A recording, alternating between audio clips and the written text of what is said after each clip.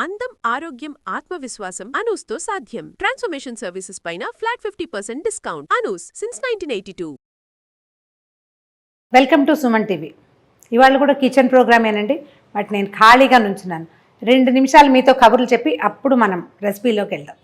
రకరకాల ఆహార పదార్థాలు తింటాం. ఏది తింటే బలమో, ఏది తింటే డైటింగో మనకి ఎప్పుడు కన్ఫ్యూజింగ్గానే ఉంటుంది. దానికోసం బోల్డ్ అని పుస్తకాలు చదువుతాం, వాళ్ళని వీళ్ళని అడుగుతాం. ఎవరైనా సన్నగా కనపడితే ఏం తిని సన్నబడ్డారో కూడా కనుక్కుంటూ ఉంటాం. నా రెసిపీ అయితే నేను ఎప్పుడు చెప్తూనే ఉంటాను, గోధుమలు, జొన్నలు అలాంటివి తింటే కొంచెం స్లిమ్నెస్కి ప్లస్ అవుతుంది. అదే స్లిమ్నెస్ని తెస్తుందని భావించకూడదు మనం. అయితే ఈ గోధుమ అవి కూడా ఇంచుమించు రైస్ తోటి సమానమైనవేనని వింటున్నాం. పెద్ద డిఫరెన్స్ ఏం లేదు. ఒక గుప్పడు అన్నం తిన్నా, ఓ 4 చపాతీలు తిన్నా సమానమే, పెద్ద తేడా లేదు అని. అయితే మనం ఏం చేయొచ్చు అంటే ఈ గోధుమని కొంచెం హెల్దీ రెసిపీస్లోకి మార్చుకోవచ్చు. ఈ సాత్విక ఆహార స్టైల్స్ అంటే ఆయుర్వేదం వాళ్ళు కొంతమంది, తర్వాత ఏమో న్యాచురోపతి చేసేవాళ్ళు కొంతమంది, ఇట్లా కొంతమంది డాక్టర్లు చెప్తుంటారండి, గోధుమలు అంటే చపాతీల్లోనే కొన్ని కూరల్ని కలపండి, అప్పుడు ఈ గోధుమ మనకి సగం తగ్గిపోతుంది అండ్ బాగా హెల్దీగా అవుతుంది అని. అదే మనం పిల్లల విషయంలో కూడా అంతే.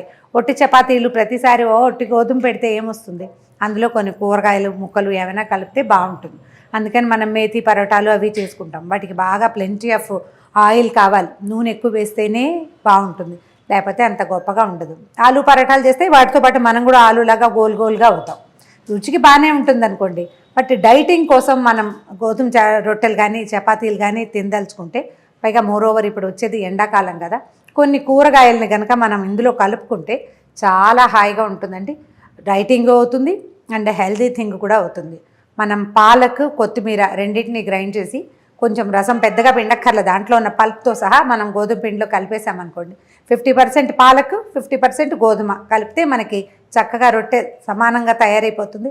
ఈ రొట్టెలు 4 తిన్నా 2 గోధుమ రొట్టెలు తిన్నట్టే అవుతుంది. అంటే వీటి మనం 50% తగ్గించేసినట్టు. ఇలాంటి ప్లాన్తో చేసే కొన్ని రకాల గోధుమ రొట్టెలు చూపిద్దాం అనుకుంటున్నాను. ఇవి పిల్లలకు కూడా కలర్ఫుల్గా ఉంటాయి కాబట్టి ఆసక్తికరంగా ఉంటుంది. మనం ప్రయాణాల్లో వాడుకోవచ్చు. తర్వాత దీంతో పాటు పాలక్తో పాటుగా మనం బీట్రూట్ ఒకటి చేసుకోవచ్చు, క్యారెట్లతోటి చేయొచ్చు. వాటిని ఏం లేదు, బీట్రూట్ అండ్ క్యారెట్, కీరని కూడా వాటిని గ్రైండ్ చేసేయటం, ఆ పల్పుతోటి గోధుమ పిండి కలిపేసుకోవటం. సింపుల్గా చపాతీలు మనం పుల్కా స్టైల్లో కూడా పొయ్యి మీద వేసి కూడా కాల్చేయచ్చండి. కూరల్లో నుంచి పెద్దగా వాటి ఫుడ్ వాల్యూ తగ్గిపోదు, కొంచెం తగ్గుతుంది అంటే కాల్చటం వల్ల. మనం ఉడకబెట్టినా అంతే కదా అవుతుంది. పచ్చివి తినడం వల్ల వచ్చే బెనిఫిట్స్తో పాటు ఏవైనా చిన్న చిన్న ఇబ్బందులు ఉంటే ఆ ఇబ్బందిని మనం ఇట్లా అధిగమించవచ్చు. చూద్దాం, పాలకు రొట్టెలు చేద్దాం. మొదట గోధుమ పిండిలో పాలకూర గ్రైండ్ చేసింది వేసేస్తున్నా. మనకి ఇది ఎంత అందాజు లెక్క ఏమి లేదండి, మన చేతి కొద్దీ చేసుకోవటమే. క్రమంగా మనకి ఈ పని అలవాటైతే రుచి తెలిసిన కొద్దికి మనకి కొంచెం తెలుస్తుంది అనమాట. ఇది ఇంతకి ఇంత అనే లెక్క అయితే లేదు, మన టేస్ట్ని అనుసరించి చేసుకోవాలి. మామూలుగా నేను చపాతీల్లో ఉప్పు వేయను, ఈ పాలక్ దాంట్లో కొద్దిగా వేసుకోవాలి. పాలక్ ప్యూరీ వేసి గోధుమ పిండిలో పోసేసాం. అవసరమైతే ఆ మిక్సీ జార్లో కాస్త అవసరమైన నీళ్ళు పోసుకోవటం. జార్లో ఉన్న ప్యూరీ వేస్ట్ చేయబోకండి, కొంచెం ప్యూరీ కూడా వేస్ట్ చేయకూడదు. అది ఇందులో పోసి కలిపేసుకోండి. ఇలా పిండి చేసుకుంటే సరిపోతుంది. ఒక డ్రాప్ నూనె వేసి మనకి చపాతీలకు సరిపడా, పుల్కాలకు సరిపడా లూజ్ తోటి పిండి కలిపేసుకోవాలి. దీని తర్వాత ఏముంది, ఒత్తేసుకోవటం, కాల్చేసుకోవటమే. పాన్ పెట్టేద్దాము.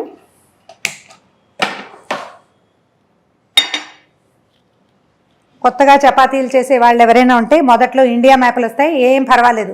తర్వాత పర్ఫెక్ట్గా భూమి గుండ్రంగా ఉంది ఇలాగా చేయగలుగుతాం, మొహమాట పడకండి. వీటిని పుల్కాల్లాగా చేసుకోవచ్చు, లేదా మనం ఆయిల్ వేసుకుని చపాతీలాగా పిల్లల కోసం కూడా చేసుకోవచ్చు, రోటీల్లాగా మన ఇష్టం. ఒకవేళ మనం డైటింగ్ పర్పస్తో చేస్తే కనుక హ్యాపీగా పుల్కాలు కాల్ చేసుకోవచ్చు, బాగుంటాయి కూడా. మనం ఎవరి కోసం చేస్తున్నాము అనేది మాత్రం ఉద్దేశంగా ఉండాలి. అది ఆలోచించుకుని నూనె వేస్తామా లేకపోతే కాలుస్తామా అనేది డిసైడ్ చేసుకోండి. దీని మీద కూడా ఈ కాల్చిన వాటి మీద కొద్దిగా నెయ్యి రాసుకుని తింటే హెల్దీ కూడా. అంటే నెయ్యి డైటింగ్లో భాగమేనా అంటే డెఫినెట్గా నెయ్యి డైటింగ్లో భాగమే. లైట్గా కొన్ని చోట్ల మనం నెయ్యి వాడుకోవచ్చు, దానివల్ల గుడ్ కొలెస్ట్రాల్ పెరుగుతుందనే చెప్తారండి. నెయ్యి మేధోవృద్ధి అంటారు, బ్రెయిన్ పెరుగుతుంది. ఆడవాళ్ళకి బ్రెయిన్ షార్ప్గా ఉండటం చాలా అవసరం. నిర్మోహమాటంగా నెయ్యి వేసుకోండి, ఎక్కువ వద్దు, కొంచెం వాడండి. పాలక్ చపాతీలు చేసేసామండి. Next set beetroot. దీన్ని అంటే జ్యూస్ తీసిపోయాల్సిన పని ఏం లేదండి, జస్ట్ పల్ప్ కలిపేస్తే సరిపోతుంది. చూద్దాం. ఇవి భలే పింకీగా ఆసక్తికరంగా ఉంటాయి, పిల్లలు కూడా బాగా నచ్చుతాయండి. బీట్రూట్ తినని పిల్లలకి కొంచెం ఐరన్ లాస్ ఉండి పిల్లలు ఎనిమిక్గా ఉన్నారు, బలహీనంగా ఉన్న పిల్లలకి పెట్టచ్చు. ఈవెన్ మనం కూడా ఐరన్ కోసం బీట్రూట్ జ్యూస్ తాగమంటారు. నాకైతే భయం అండి బీట్రూట్ జ్యూస్ అంటే, అసలు సూట్ కాదంటే నేను భరించలేనమాట, వామిటింగ్ సెన్సేషన్ వస్తుంది.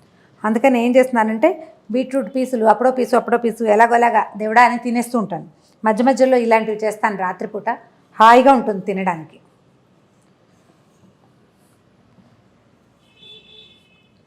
మొత్తం అంతా పల్పే అక్కర్లేదు, కొంచెం అవసరమైతే నీళ్ళు ఒక డ్రాప్ కావాల్సినన్ని మన పిండికి సరిపడా కొంచెం నీళ్ళు వేసుకుంటే మరీ డీప్ రెడ్ కాకుండా ఒక పింక్ షేడ్ వస్తుంది, అలా కూడా చేసుకోవచ్చు.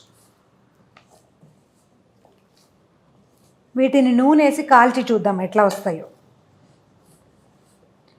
ఈవెన్ పాలకని కూడా మనం పరోటా చేస్తాం, చెక్కతోటి అద్దె చేస్తాం కదా, ఆయిల్ వేసి అలా చేసుకోవచ్చు. అంటే మరి మనం డైటింగ్ చేయబోతూ నూనె వేస్తే ఎలాగండి అనిపిస్తే మాత్రం చక్కగా పెనం మీద కాల్చేయండి. ఒక్క డ్రాప్ ఆయిల్ వేద్దాము, ఇది కొంచెం సెట్ అవ్వడానికి.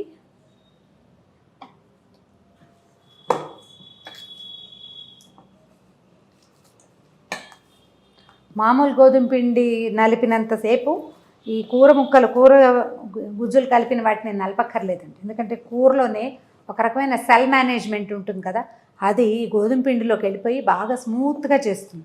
మన పాలక్ పరోటా చూడండి ఎంత స్మూత్గా ఉందో, ఎలా వస్తుందో అట్లా వచ్చేస్తాయి. ఈ బీట్రూట్ పరోటాలు కలిపిన పిండి మరీ ఇంట్రెస్టింగ్గా ఉంటుందండి. పిల్లలకి ఎంచక్క క్లేడవ్ లాగా ఆడుకోవడానికి ఇచ్చేసేయచ్చు, కాస్త నూనె ఎక్కువ కలిపి ఇచ్చేస్తే ఆడేసుకుంటారు చిన్న చిన్న పిల్లలు ఉంటే. నాకు కూడా సరదాగానే ఉంటుంది, ఏమైనా బొమ్మలు చేసుకోవడానికి బాగుంటుంది అనిపిస్తుంది.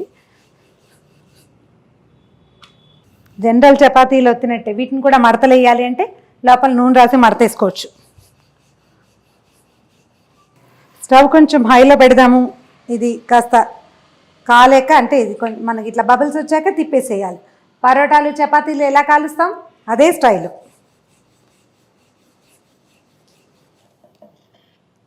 ఒక హాఫ్ స్పూను నూనె వేద్దాము.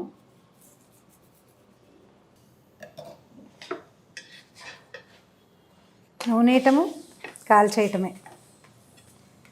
ఇది చూడండి భలే అందంగా వస్తుంది, దీని మీద మనం డిజైన్ చేసినట్టు వస్తుంది అన్నమాట. అంటే ఎక్కడ ఎక్కువ కాలుతుందో అక్కడ చిన్న బ్లాక్ స్పాట్ వస్తుంది, మిగిలిందంతా పింక్ పింక్గా ఉంటుంది, చూడ్డానికి బాగుంటుంది.